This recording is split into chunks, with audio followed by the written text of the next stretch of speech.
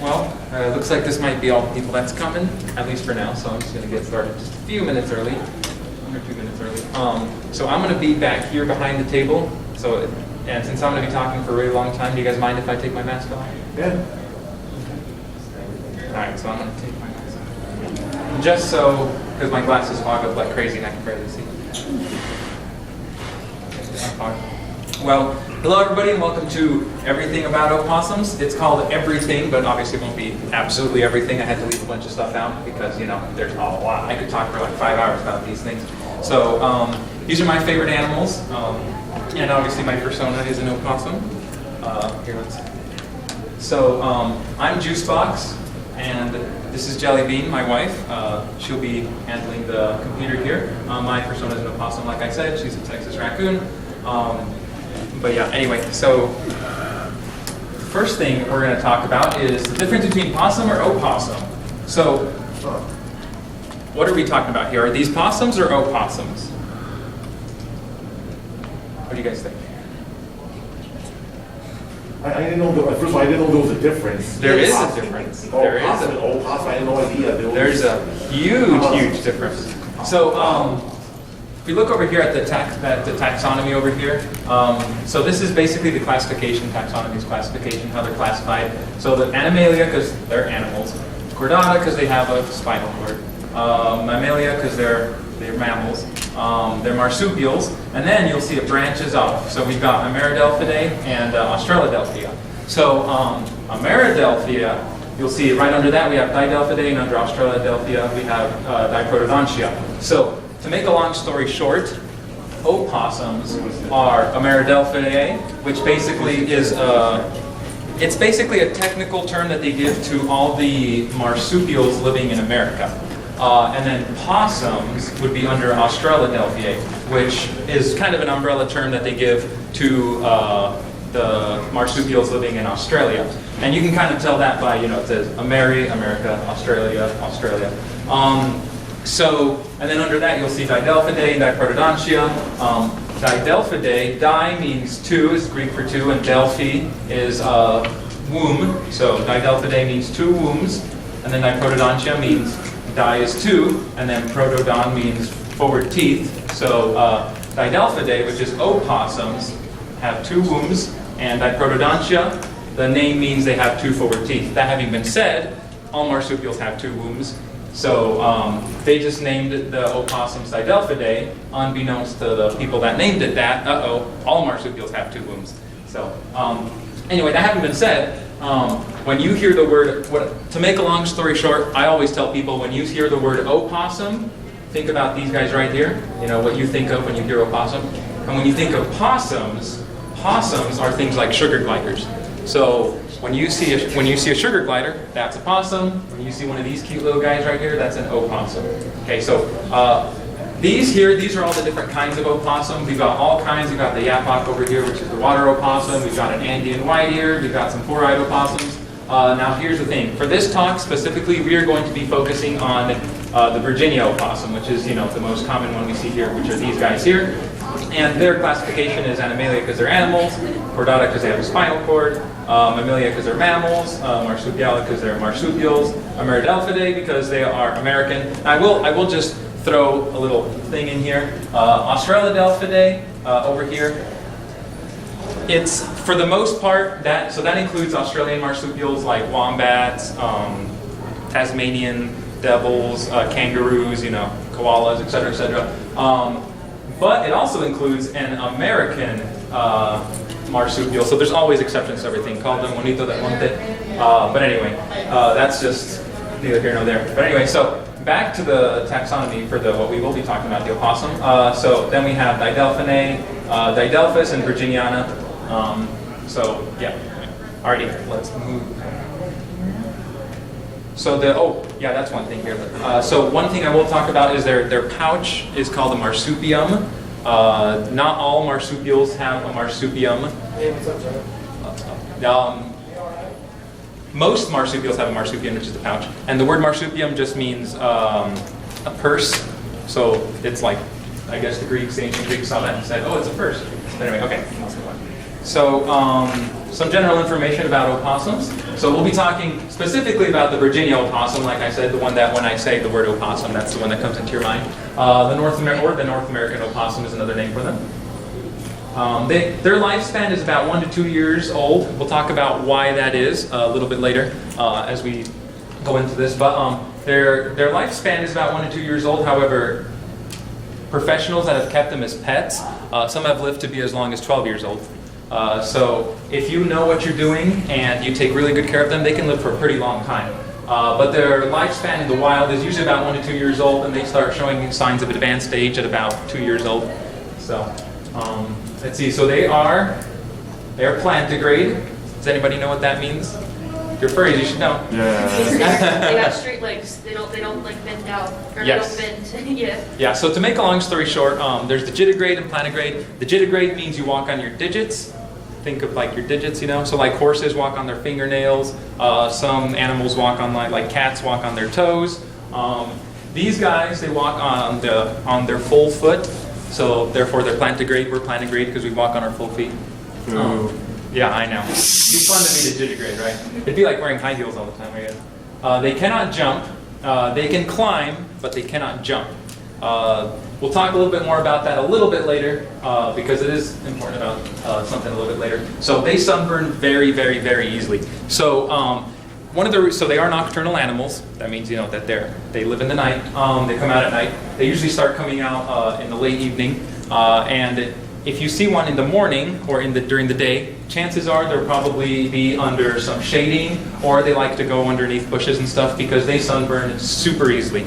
We'll talk about their fur a little bit later, but they have super thick fur, but that does no protection against their skin, against sunburns, I should say. All right. So, who here knows what a hallux is? We're going to see if anybody knows their biology. So, this is a thumb, right? And then your big toe is a hallux. So, here's their finger, or their paw prints, I guess. So when they walk, have you guys seen how an opossum walks? You probably notice it's really, really funny, like really kind of derpy looking. Reason why is because when they walk, they keep 3 feet on the ground at all times. So most animals, like they use 2 on the ground, but they have 3, so they only move 1 foot at a time. In other words, when they walk, and that makes them look really, really funky when they walk. They're kind of a waddle, really cute. When they run, that's when they go down to 2 feet on the ground at a time. However, most animals, just jump off the ground and go like this, and but they still keep 2. So even when they run, they look really, really funky. They're kind of waddling around. And one thing I'll point out over here is if you look over here, this is their back leg, their back foot, I should say, and this is their front foot, or hand, I guess. So they have thumbs on, or a thumb on the front ones and a hallux. This is the hallux on the back one. So one way you can tell opossum tracks, like let's say you go out in the snow where you see some mud and you see some tracks, is that an opossum?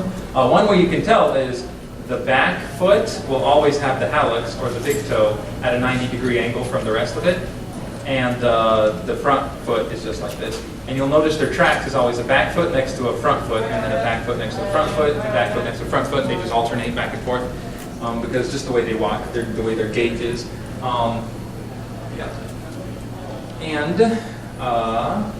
So their tail is made out of keratin. Keratin is the same material used, or that your hair is made out of. It also makes horns. Also, like a goat, their horns are made out of keratin, etc., etc. Their tail is made out of keratin. There's a picture of it right there, and it is hairy, and it is a prehensile tail, which basically means it acts like a 5th limb. So basically, they have 5 limbs. Their tail is extraordinary. They use it to climb, and like a 5th limb as a brace, and they can wrap it around things. And also, they've been known to carry things in their tail. So like when they're building dens, they'll carry things in their tail. Also, they've been seen using their tail to hold a stick to scratch their back. So they're pretty fascinating animals. Who here knows what friction-ridged skin is? Nobody knows what friction-ridged skin is, even though you guys have it all over you. So friction-ridged skin are your fingerprints. You've also got friction-ridged skin on your lips and on your toes, etc., etc. But yeah, so that's a fancy way of saying fingerprints, or prints, I should say. And did you guys know every single marsupial has fingerprints? every single one has a distinct fingerprint, just like humans. Primates, humans, and marsupials have fingerprints. So every time you see an opossum out there in the wild, just think to yourself, that one has a distinct fingerprint than all the other opossums. Isn't that crazy? You could fingerprint opossums. Anyway, so I guess I don't have the picture back, actually. To the hand. Yeah, there we go. Okay, so this is just a drawing, so it's a terrible picture. But as you can see, their fingers are kind of small. So most of their identifiable friction-rich skin would be on their palms. Their hand here, it's got 6 sections. They're called toe pores, but they've got 6 sections of those here, and on this one they've got 5. And they've got like bulbs, and they've got individual fingerprints and palm prints, different than any other. Now, not too much research has been done into this, but they have done a lot of research into koala fingerprints, and because koalas are marsupials. Now, the reason they have done a lot of looking into koala fingerprints is because koala fingerprints are so close to human fingerprints that they're nearly indistinguishable unless you happen to have that koala fingerprinted, and you know when you look up the fingerprint that it's a koala. And this has caused a huge problem in Australia, actually, where if they have a crime scene and there are fingerprints, they cannot rule out the possibility that it could have been a koala. Not that they committed the crime, but a koala that went into the crime scene and tainted the crime scene. Probably committed the crime, though. Well, maybe it did commit the crime. Probably not, but unless it like stole an apple or something, I guess. Anyway, so yeah. So yeah, I like to tell people whenever you see a kangaroo or an opossum, just it has a different fingerprint than every other one. That I don't know if yes, go ahead.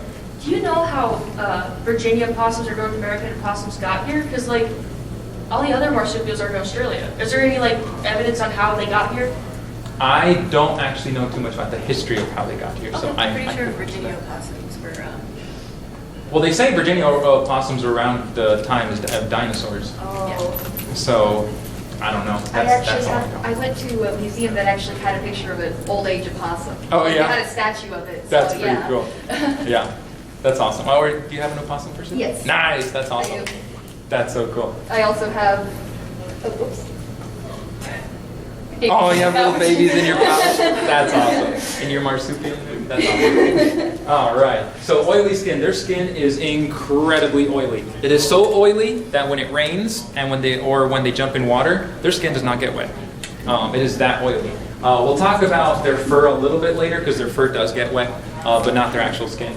But yeah, so very oily. Their fingernails have never been used as weapons, or at least have never been observed to be used as weapons. So when they attack animals, they don't go like this. They usually go hum hum, and they use their hands to usually hold down their prey and then bite and attack that way. But they've never been seen to like scratch or claw or anything like that.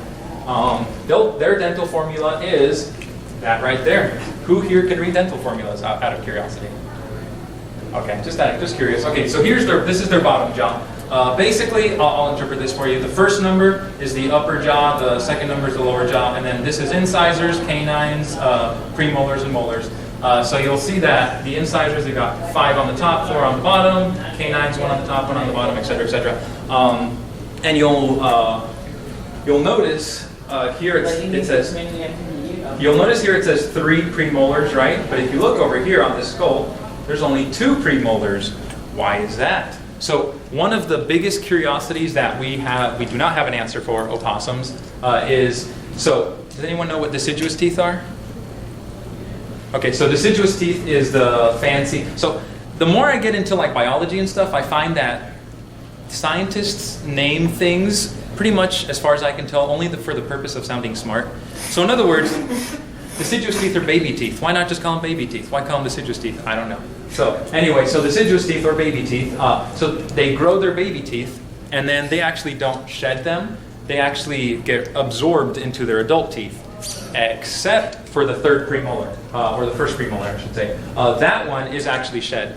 That's the only tooth that's shed. All the other ones are absorbed into their adult teeth. Why? We have no idea. But yeah, so that's why that description's there. And then in total, they have 50 teeth. Their heart rate is about double that of humans. Yeah, it's pretty much. Let's see. They fold their ears when they're sleeping, like so. So you'll see, this is a perfect opportunity to show also that their canines are always sticking out, or at least their top canines are always sticking out. Also, I'd like to point out one of the ways that I can tell whether someone's stared at the face of an opossum as long as me or not is when they draw their opossum, you'll notice that the nose, you see this pink area here? You'll see how it kind of fuses into the bottom, or like, in other words, it's pink like this all the way around. Like the person that drew my persona didn't know that. Yeah, so that's something that if you want to draw a really accurate opossum, the pink goes like this, but it also comes down like this as kind of their bottom lip too, if that makes sense. But yeah, anyway, so and then also their canine is always sticking out. But yeah, we can go ahead and go. All right, here we go. So behavior. Let's talk about their behavior a little bit. So extremely solitary. They're so solitary that if they see another opossum, they will scream, they will hiss, and they will run away. They don't want to be around anybody except if it's a mother with their babies, I guess. But other than that, they don't want to be around anybody. There are exceptions to this, but we'll talk about that a little bit later. But for the most part, they're very solitary. They're also incredibly smart. This is a misconception about them, is that they're really stupid, or I don't know. But they're actually really smart. They can recognize colors. So they did tests where they show them different colors and they can recognize colors. They're better at so they actually tested their problem-solving skills against rats, goats, dogs, cats, humans, and and rabbits, and pigs. And they won against all of them except humans. So we're still smarter than opossums. But opossums did end up showing that they are smarter than dogs, cats, goats, pigs, rats. And because of that, for a while there was actually a push to replace lab rats with lab opossums. And that they were super close to doing this, except they realized, opossums are marsupials. They have two wombs. Their biology is completely different than humans. We are closer, our biology is a lot closer to rats than opossums, so not a good idea. So then they kept rats. But we got super close to phasing out test rats for test opossums. Let's see, they respond to their name. They also can learn the names of things. So like if you, for example, if you know someone that has a pet one or whatever, and it's named Joey, it can recognize its name. And if you say, Joey, don't get on the couch, it can recognize that and say, okay, well, it won't say anything, but it'll be like, and depending on how obedient it is, it'll get on the couch or it won't. But, all right, their eyesight is really good far away, but it is not very good close up. So they've done a test where they show things to the opossum far away, and he can see it perfectly. Like he can see all the little minutia. Do you guys know what minutia means? All the little details. But then they wave the hand like this right in front of the face of the opossum, and the opossum didn't even see it. It's just like, they're going like this. But then they touched one of his whiskers, the vibrissae, and he immediately was like, So yeah. So the point is they can't see very well close up, but they can see excellent on the outside. And while we're talking about whiskers, it's not on there, but while we're talking about the vibrissae, the whiskers, they can actually move every single whisker independently. It's pretty crazy. Let's see, reflective tapetum lucidum. Does anybody know what that is? So, yes. Isn't that something in the eye? Yes, it is. Like it helps them.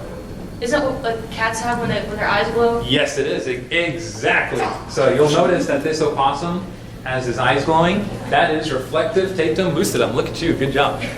So most nocturnal animals have this. So you'll notice when your cat, if you take a picture of your cat, sometimes his eyes will be glowing, or at night, you'll see the glowing eyes of a raccoon or a cat or something. So basically, you have so for us humans who don't have reflective tapetum lucidum, which basically means if you see a person and their eyes glow at night, that's not a human. That's a homunculus. No. So for us humans, when light enters our eye, it goes into our retina. Our retina is exposed to that light, and we see things. Pretty much the end of the story. For these guys, though, like opossums and cats and all this other stuff, the light goes through the retina, it gets absorbed, but the remaining light comes back here, and then this thing, the reflective tapetum lucidum, notice it says reflective, it actually reflects the light back, and it exposes the retina again. So in other words, their eye gets a double exposure, and because of that, that's basically how they can see at night, to make a long story short. Now, the opossums are the only animal in the entire animal kingdom, as far as we know, where this reflective tapetum lucidum is actually attached to the retina. for most animals, it's like back here, and it like reflects back, but for them, it's actually attached to the retina. Yeah. So, all right. Their eyes. Talked a bunch about their eyes. Not sure what I was going to say about their eyes that I didn't already. Sorry. Okay, so they can close their marsupium, their pouch.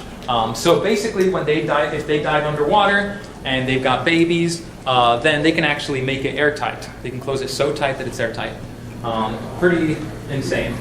Let's see. They have a venom immunity. We'll talk about this a little bit later when we talk about their diet. But yes, they are immune to most venoms. This venom immunity also expands to viruses, but we'll talk about that a little bit later as well.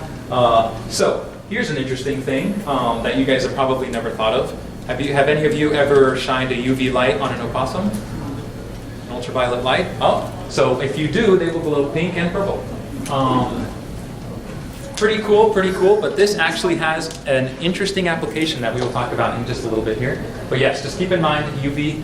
Now, opossum phases. Does anybody know what a color morph is? Anybody here into breeding ball pythons? Okay, so, yeah, We're so, not into it, but yeah, but you know, yeah. So, color morphs is basically just a fancy way of saying the different genetic variability in terms of color. Does that make sense? So the different colors they can be. So opossums have 4, technically 5. We'll talk about that exception in a second. But the most common one is the gray phase. There's Mr. Gray phase. You've probably seen him around everywhere. Most common type. These are the most common in the north. And then if we go down south, we will see the black phase opossum. So we have the gray phase and the black phase. The black phase opossum are more common in the south of North America, I should say, specified. And then we have the cinnamon phase opossums. Very, very rare. So cinnamon phase are really, really cute as well. And we have the white phase opossums. So those are the 4 phases. We have gray, black, cinnamon, and white. And then here comes number 5-ish. This is an albino opossum. So you'll notice on this, so albinism basically means they've got no pigment. And that's why you'll see his ears are white, his eyes are red. And if you go back to the white phase, you'll see he's got black ears and black eyes. So this is a white phase, and that's an opossum with albinism. He's an albino opossum. Very nice. Let's see. They're very, very sturdy. They are so sturdy that so scientists have found opossums and studied them and found that they've had like lacerations or cuts that they've healed or bones broken to the point where if any other animal had those cuts or lacerations or broken bones or whatever, that animal would have died like instantly. But these guys just kept on trucking through. We'll talk about this a little bit more a little bit later, but all you have to know for now is opossums are extremely sturdy. They're built like tanks. They can be litter box trained. If you know someone that has a pet one or whatever, or is rehabilitating one, I guess I should say, they can be litter box trained. One of the things that you want to do actually is that the next one? Yeah. So they like to poop and pee in water. So it's recommended if you're rehabilitating one or whatever, that their water bowl, you give them at least 2 water bowls because they will poop and pee in one of them. Also, when they do that, they will literally get on top of it. So it's also recommended you strap that thing down. Or it's even more recommended, what I would do is I would just get, the hamster ones, little water bottles with a little feeding tube. You can just do that, and then, they can't poop and pee in that. So, yep. And then but they can also be actually litter trained to go in the litter box as well, and not, poop and pee in water. Yes? So, is there a certain reason why they go to the bathroom in the water, or? They just like it. If you think about it, when we go to the bathroom, it's in water. It's water. No, I don't know. No, I don't know. They just like that. Thanatosis. Anybody know who that is? Or not who that is. It's not the guy who snapped his fingers. Does anybody know what that is? All right, so thanatosis is the fancy, once again, scientists coming up with terms to make, other people feel stupid, I guess. But thanatosis is basically playing dead. It's what scientists call playing dead, or playing possum. Or now, as you know, it's actually not playing possum, it's playing opossum. See? Anyway, so thanatosis is when they play dead. What happened? Oh, yeah, I guess I don't. Okay, so the younger are more likely to play dead than the older because the younger they are, the less they've experienced in the world. So, you know, they think more things are threats, you know. And the older they are, the more they have experience, the more they realize what is a threat and not. Also, yes, did you have a question? I was just going to say Thanatos is the Greek god of death, so someone had fun making that name. I guess so. I didn't know that. There you go, Greek god of death. But yeah, let's see, and what was I saying? Oh yeah, so it usually requires a tactile stimulus. In other words, something needs to actually touch them before they'll actually play dead, usually. So most of the time, I've seen videos on YouTube where, you know, people go walk up to opossums and like grab them, and they're just like, and then they like, you know, play dead and stuff. We'll talk about why you should never do that a little bit later. But yes, usually something needs to touch them before they'll actually play dead. Now, let's say you're walking down or driving down or I don't know, whatever, and you see an opossum and it's laying there. Is it dead or is it not? Well, here's another thing to note. They drop their heart rate by 50% and their body temperature by 30%. In other words, when you feel them, you probably won't feel a heart rate, and they'll also be really cold. And they also release a stench from their butt that makes it smell like they're dead too. And sometimes they will, you know, go start drooling, or they'll poop or they'll pee. So in other words, it's pretty convincing. So if you see one lying on the side of the road or in the whatever, and you're like, is it alive or is it dead? How can you tell? If you hold up a UV light to them, remember they glow? This UV pigment will actually dissipate when they're dead. So if you happen to carry a UV light in your car, I guess, or with you, and you see one, and you hold a light to them, and they glow, they're alive. Which means this guy right here, he's playing dead. It's pretty convincing, right? But he's alive. He's just playing dead. Now, if you do hold one up and there's no pigment, then rest in peace. All right, sexual dimorphism. What is that?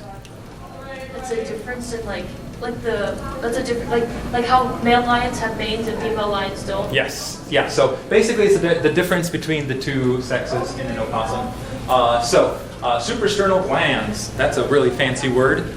So sternum, you know, your sternum right here. Suprasternal means the upper part. So the males have a suprasternal gland. You can see this orange right here. You see that?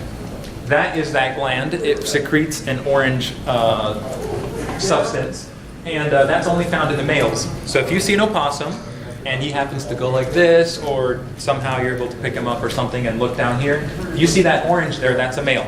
If you do not see orange, that's a female. Excuse me. That's one of the ways that they mark their territory. That's also one of the ways that they...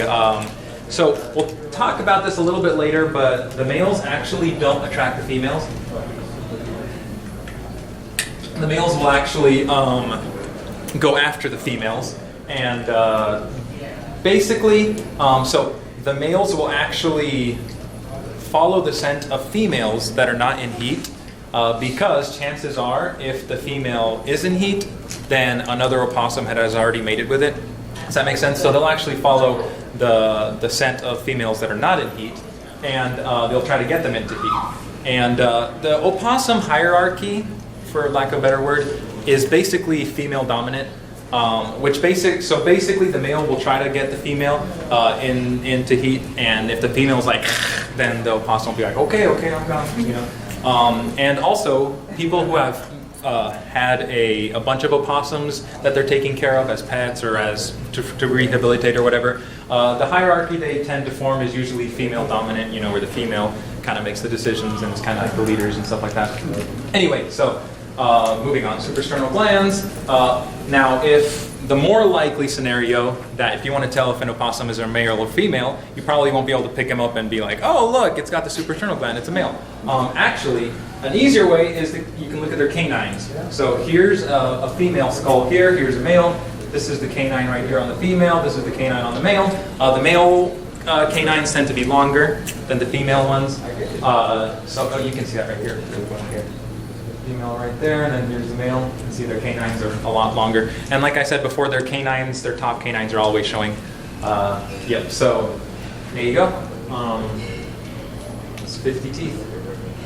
All right, so habitat. So they prefer wet areas. Yep. So they prefer wet areas. So you'll see them next to streams, ponds, et cetera, et cetera. That's where they prefer to go.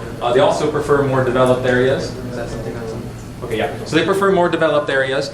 So they build dens, but they prefer not to build dens. So they actually prefer to repurpose old, like, squirrel dens or, skunk dens, or if a bird made a nest in a tree, they like to use that. They love to climb trees and make nests in trees. And they also absolutely love human-made stuff. Because there's a lot of stuff that humans make that you would never think about it this way, but it can be used as a den, We'll talk about this a little bit later as well, but they love insulation. They love to get behind your walls and rip out that insulation and go and make a den with it. Let's see, or they'll just den right there in your wall. They so they tend to love going with humans, as in like the developed areas. They like to be in very, very developed areas, because developed areas tend to have a lot of humans that throw away food, perfectly good food, and also, they throw away a lot of crap that, they can use as to make dens. So winter. So here's the reason why most opossums die within 1 to 2 years. Most of them, I think like 70% die within the first year, because they don't hibernate. Poor things. They are forced in the dead of winter to go out there and fend for themselves and find food where there is no food. Now they can go into a toporous. Does anyone know what torpor is? Okay, so torpor is basically a mini hibernation. And what I mean by that is 3 days maximum. And they can do that if it's like a blizzard out there, or if it's like crazy cold, they can't get out or whatever. They can go into a torpor state for about 3 to 5 days.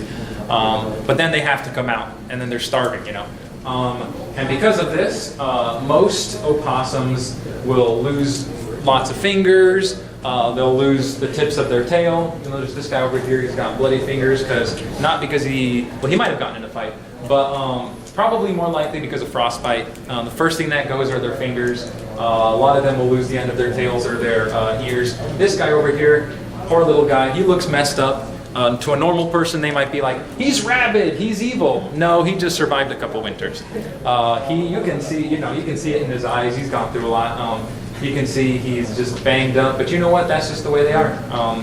And so they produce, we'll talk about this in a little bit, but they produce a ton of babies. And the only reasons the opossums haven't died out is because they produce a ton of babies, because then a ton of them die during the winter, So it's like just through brute force of numbers that they continue to survive. But yeah, so if you see an opossum out there and he looks banged up, chances are you got in a fight with another animal, and the opossum will always lose a fight with another animal, like always, unless it's a human, they get scared. Or it survived winter. So if you see an ugly opossum, he's not ugly, he's just been through a lot. So communication. So they've got 4 different kinds of communication. I don't want to say the most common, but one of the most versatile is clicking. So have you guys heard an opossum click? They go pretty much like that. And clicking can be used for a few different things. It's mostly used in terms of comforting. So a mom will click to their offspring. The offspring will click back to the mom. And if a male opossum wants to mate with a female opossum, and the female opossum is like, then the male will be like, and like walk away, clicking is one of the ways that they communicate. The next 3 are mostly for self-defense. So it starts with hissing.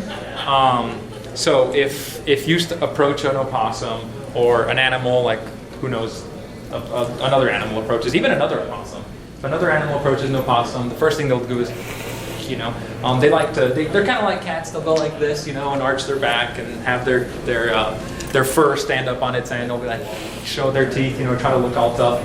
And if that doesn't work, if you get closer, the animal gets closer, they'll start growling like, and that's what you see a lot of videos of, is the growling and the screeching. We'll talk about in a second. But yeah, they're showing their teeth now. They've got their tongue out. They're like trying to make themselves look as big as possible. They're like, get away from me. I don't want anything to do with you. And screeching is pretty terrible noise. That's most of the time when you actually try to touch them or whatever, they'll give a screech. It's pretty terrifying. But usually it's all just show. Every now and then they'll actually bite, and but for the most, and they do have 50 very sharp teeth. So you don't want to like touch them or like accidentally get bitten, because that will hurt and they will cut you and you will bleed. Most of the time though, they won't. Most of the time, if an animal is approaching them like this and the animal doesn't back down to all this, that means the opossum is probably dead. Poor thing. Let's see, why don't you... Oh yes, okay, so other ways of communication.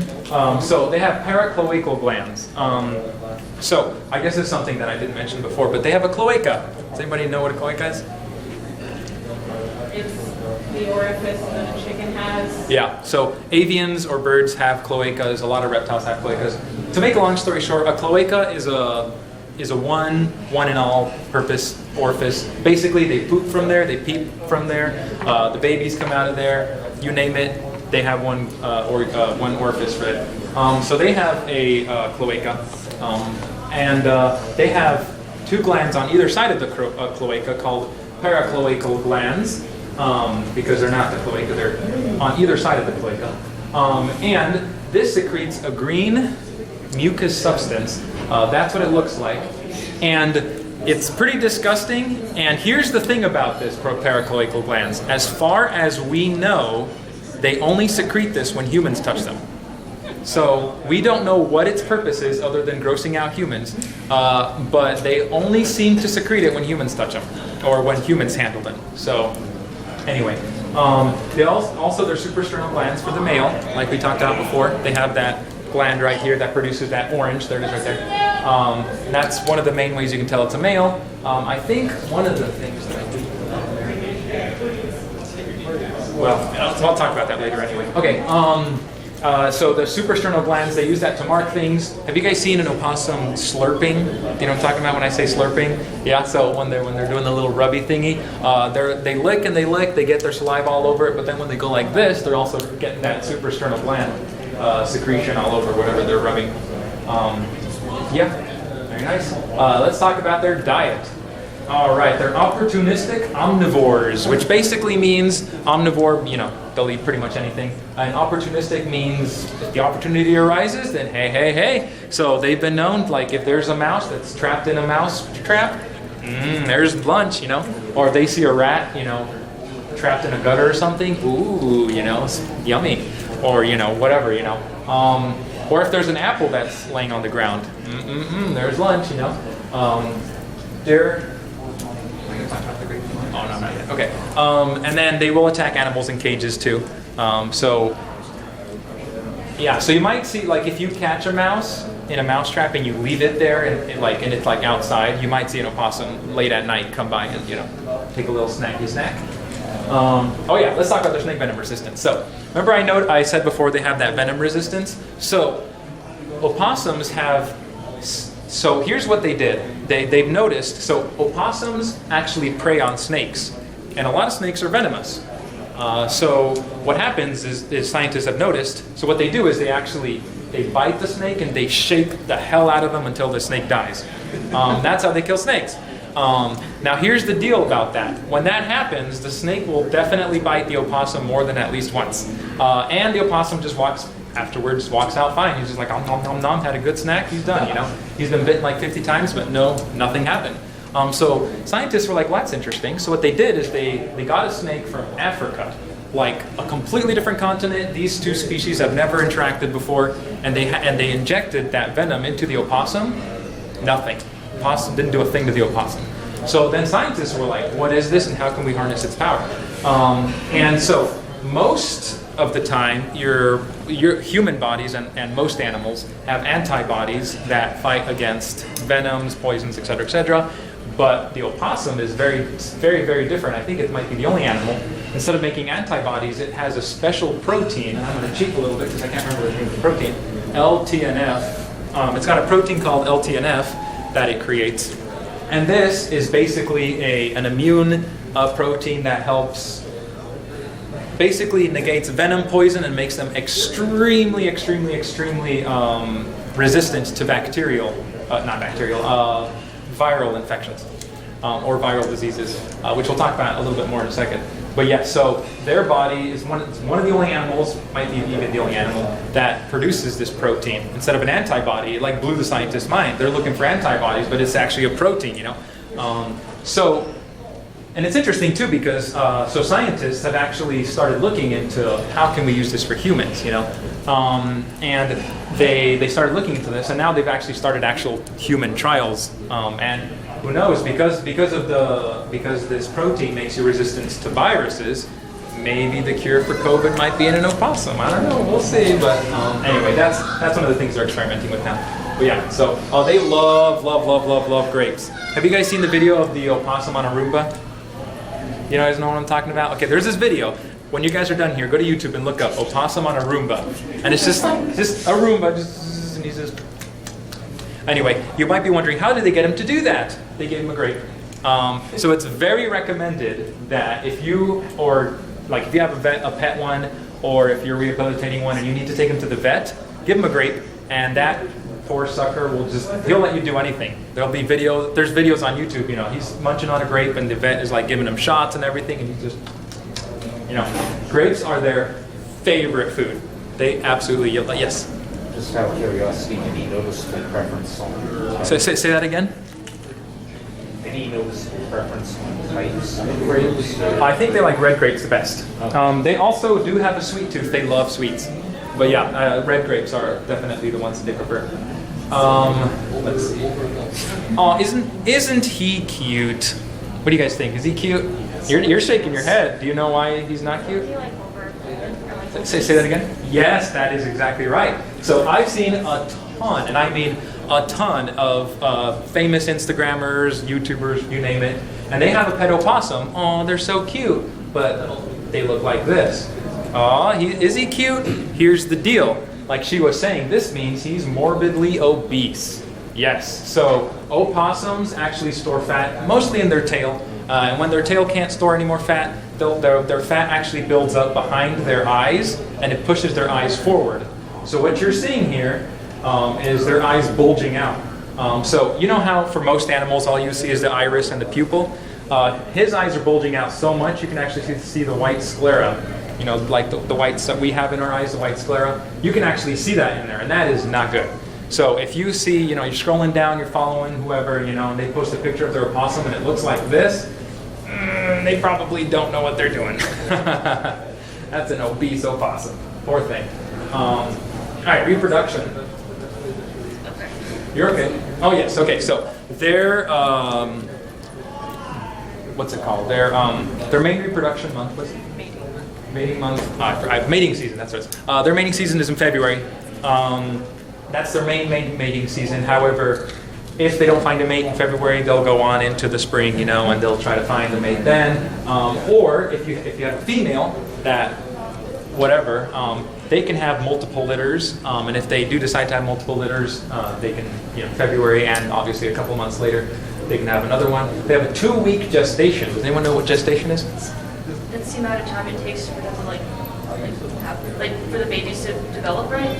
Yeah. So pretty much from the time they get impregnated to the time the babies are born is 2 weeks. Really fast gestation, and they produce a litter of 17 to 21. This is actually a little bit older, but that maybe a little bit less developed is how they're born. They're born as little joeys. They're called joeys, by the way, when they're babies. Super tiny, smaller than jelly bean. Yeah, you'll notice their eyes aren't open. They've got no fur. They also have no thyroid function, and they have no immune system.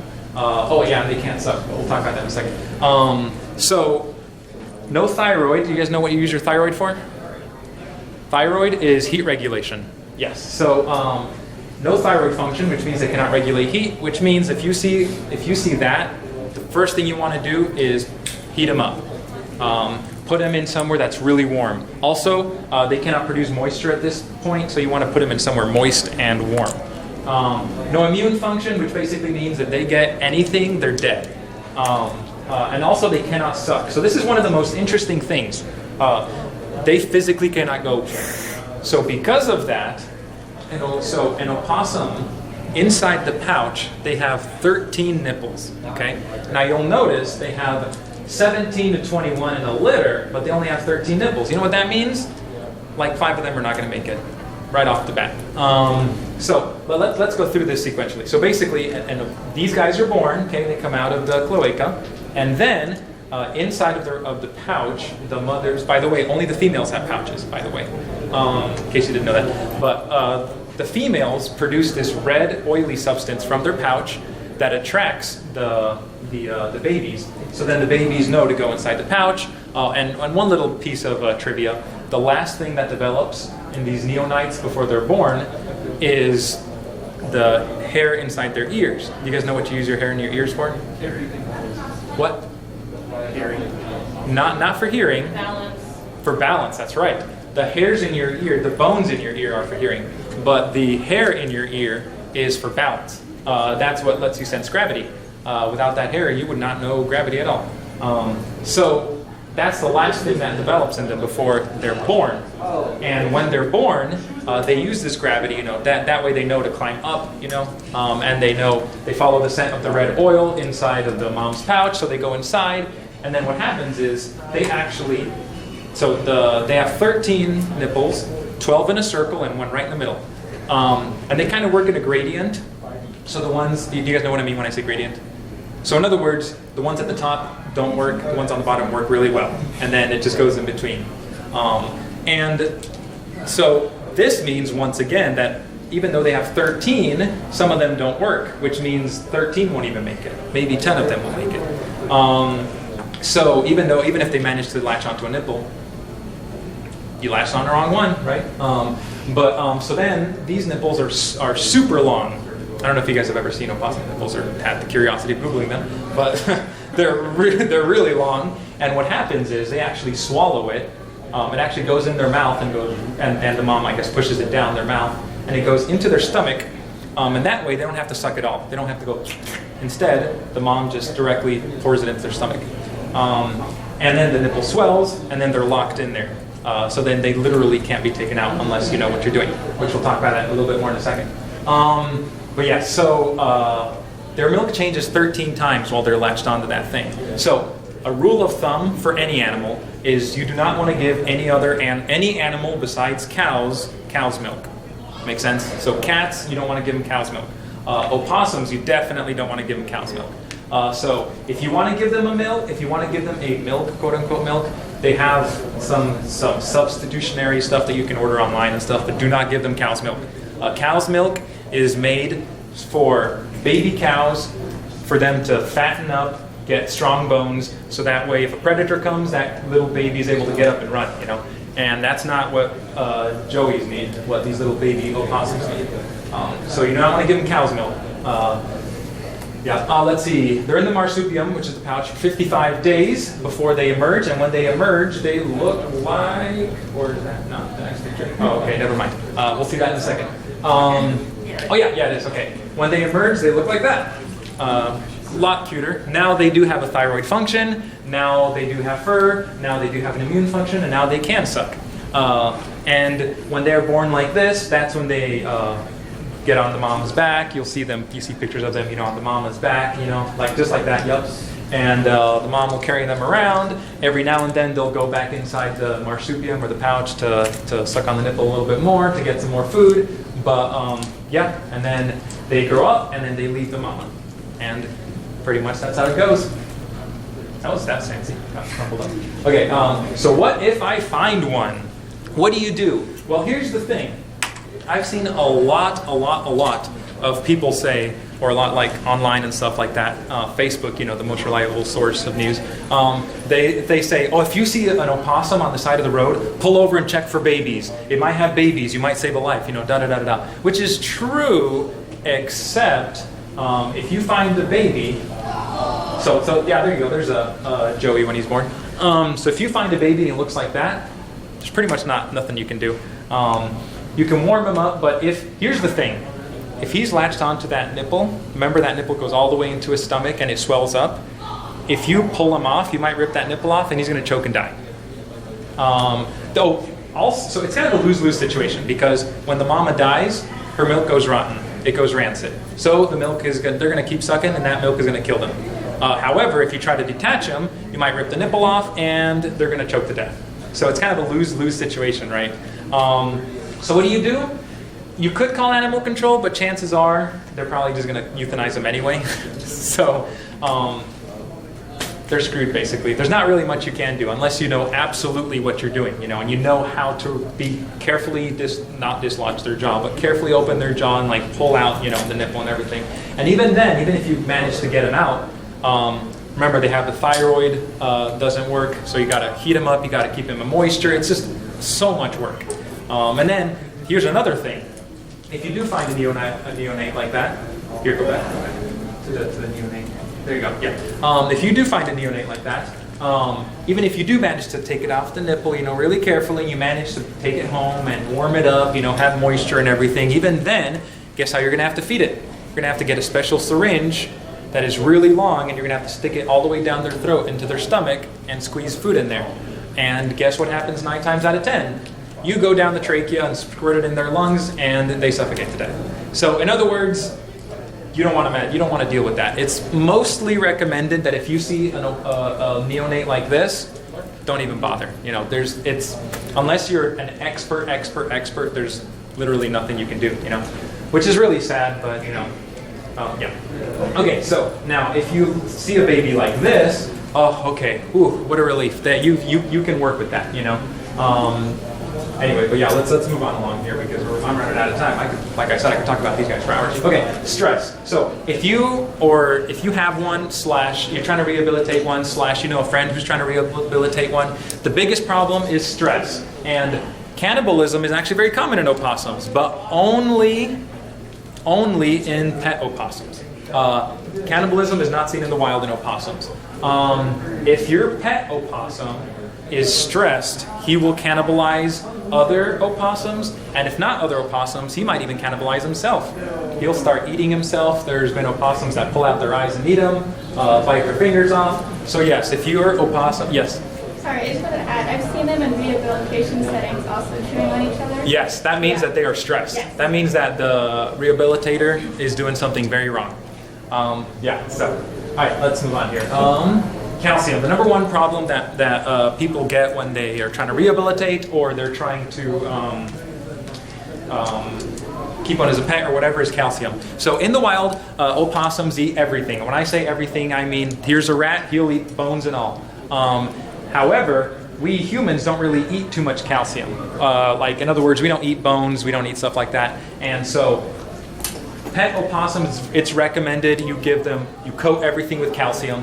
Otherwise, they will get a bone disease. And a lot of times, people will have pet opossums, not legally. By the way, did you guys know you need to have a license, a native wildlife license to have a pet opossum? So don't get one as a pet. Anyway, but a lot of times people have one illegally, and then their pet opossum stops moving. It's got hardcore arthritis. It's really sick. What's going on? Oh, you didn't feed it enough calcium. Now it's going to die.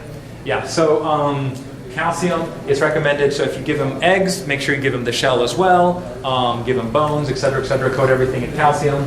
Let's see. If you absolutely do not want opossums, like if you're like, they're gross, I don't want to see one ever again in my life, get coyote urine spray. They hate that stuff. They think there's a coyote, which is a natural predator. So they will stay away from your whatever you spray with that. Swimming pools. So this not only goes for opossums, this goes for any animal.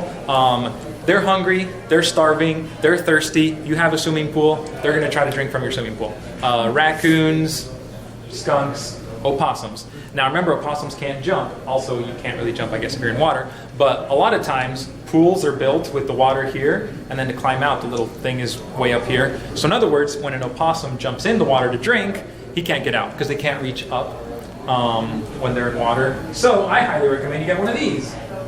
And that way, not only do you save opossums from drowning, you save raccoons, skunks, whatever. But yeah, this gap right here, they can't reach up that high. So that opossum, if he jumps in there to take a drink of water, he will die. He will drown. I will also mention opossum fur is it absorbs water like crazy. So if they do jump in water, that water will drag them down. Their fur will literally drag them down. That having been said, they can swim for quite a while, and they can actually dive up to like 9 feet or so. But they don't like to swim. And if they can't get out of your pool, then they're going to drown anyway. So yeah. Or you could also get a water bowl that's separate and put that next to your swimming pool, and they'll drink from the water bowl instead of from the swimming pool. At least that's the plan. Anyway, common misconceptions. How many of you can tell me some common misconceptions? That they can get rabies, they have rabies. That's the most common one. Okay, we'll talk about that. Any others? All right, so the most common one is they cannot get rabies. They can get rabies. I hate to burst that bubble, but it's true. I've seen a lot of posts on, the most reliable source ever of news, Facebook, and it says, opossums cannot get rabies. And that's not true. Now remember, they do have that protein, not the antibody, they have the protein that makes them highly, highly, highly immune to viral infections, and rabies is a viral infection. So there's about a 99% chance they don't have rabies. So it's still, in other words, if you see an opossum, like I said before, and he looks banged up, he's drooling, he's whatever, chances are he doesn't have rabies. He probably has just survived a couple winters, and he's probably gotten to fight with other animals. There's about a 99% chance he doesn't have rabies, but there is also a 1% chance that he might have rabies. So, oh, that's another picture we see a lot of. Ooh, that is garbage. Opossums do not hang from their tails. Yes? I was gonna, never mind. If you're gonna say it, I won't. Yeah, oh, okay. Yeah, their tail is not strong enough to hold the entire weight of an opossum. When they're babies, their tails might be strong enough to hold them, but they don't do that. They use their tail to climb, so they might hold on to the branch like this with all 5 limbs, but they do not hang from just their tail. And they especially don't go to sleep like that, because that's, yeah. Did you have a question? Okay. They are not rodents. A lot of people will say, oh, it's an opossum, it's like a rat. Ew. No, they're not rodents. We talked about that. They're marsupials. Rodents are not marsupials. And that's, yeah, anyway. Oh, so it's all positives, right? Opossums are these wonderful, loving creatures, which they are wonderful. They are loving. They don't really fight. Instead, they try to act tough. And if you fight them, they're like, okay, I was kidding. There's no negatives, right? Well, there are some negatives. Who can tell me what EPM is? Okay, so how many of you guys have horses? Okay, good. So you guys don't have to worry about this. So equine protozoal myeliocephalitis. Basically, this is a disease that horses can get that paralyzes their immune system. This is the only picture I could find of a horse and an opossum together, which might be a good thing. So opossums are the #1 carrier for the bacteria EPM, or the virus, I guess EPM. And you can get EPM. It doesn't affect you though. So you're fine. Other animals can get EPM as well. Doesn't affect them. Raccoons, doesn't affect them. They can get EPM as well. But if a horse gets that, their immune system will shut down. Their motor function will shut down. They will literally become paralyzed, and they will die a horrible, painful death. And there is no cure.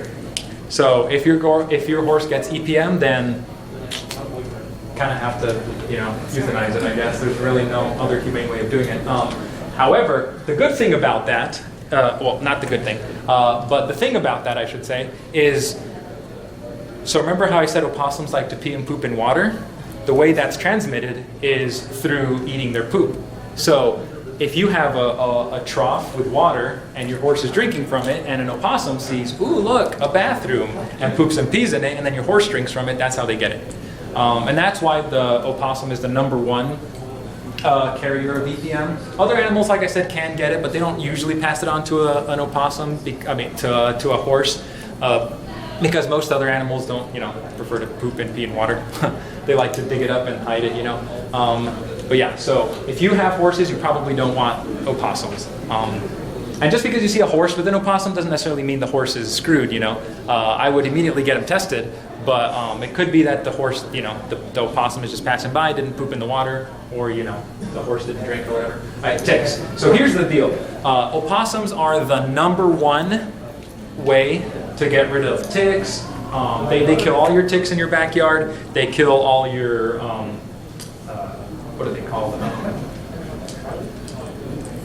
Fleas, ticks, fleas, all that stuff that you don't want in your backyard, especially if you have pets, right?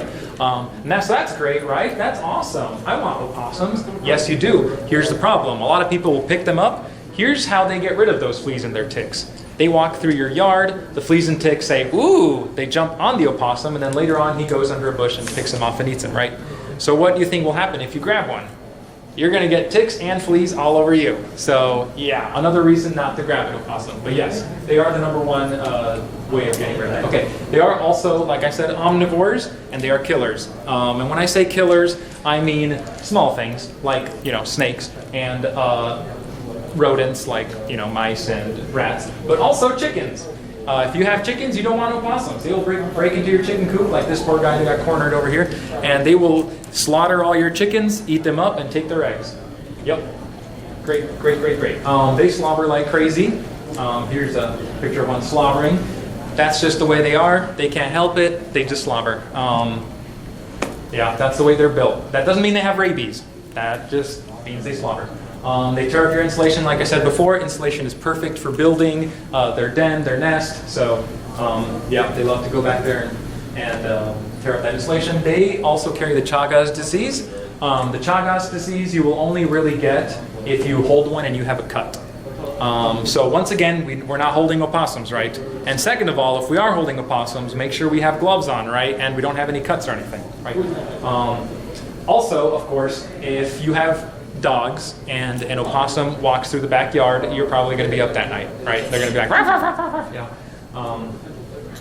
Oh, here's another common misconception. Did you guys know that marsupials can delay pregnancy? It's true. This isn't a misconception. But yes, marsupials can delay pregnancies. So kangaroos can delay pregnancies, wombats, etc., etc. So the blastocyte, I don't know if you guys know what that is, but basically, they can delay the implantation of the blastocyte to the uterine wall. In other words, they can delay when the placenta connects the uterine wall to the zygote, I guess. I don't know. To the blastocyte. But anyway, the point is, opossums cannot do that. They're one of the only marsupials that cannot do that. But yeah, but most marsupials can. Right. Let's see. Is that it? Yay, we got to the end. Any questions? Yes. Chagas disease, is that? I just forgot what I was going to ask. Sorry. You're okay. What is the Chagas disease?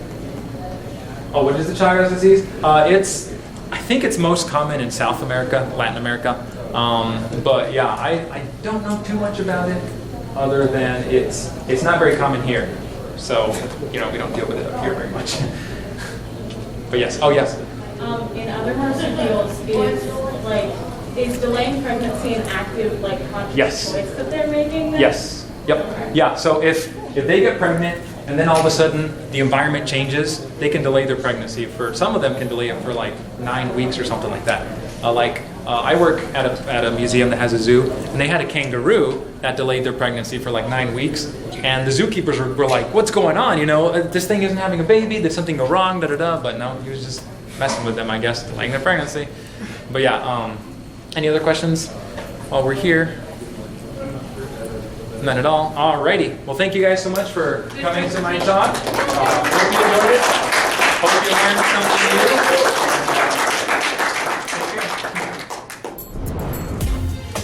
Silver Gato Man, he bought me a coffee. Silver Gato Man, here is the song for thee. He likes to video all the panels at the cons. You should go and watch them whether they are short or long. Silver Gato Man, you video that's not a jibe. All of you go to his YouTube channel and like and subscribe.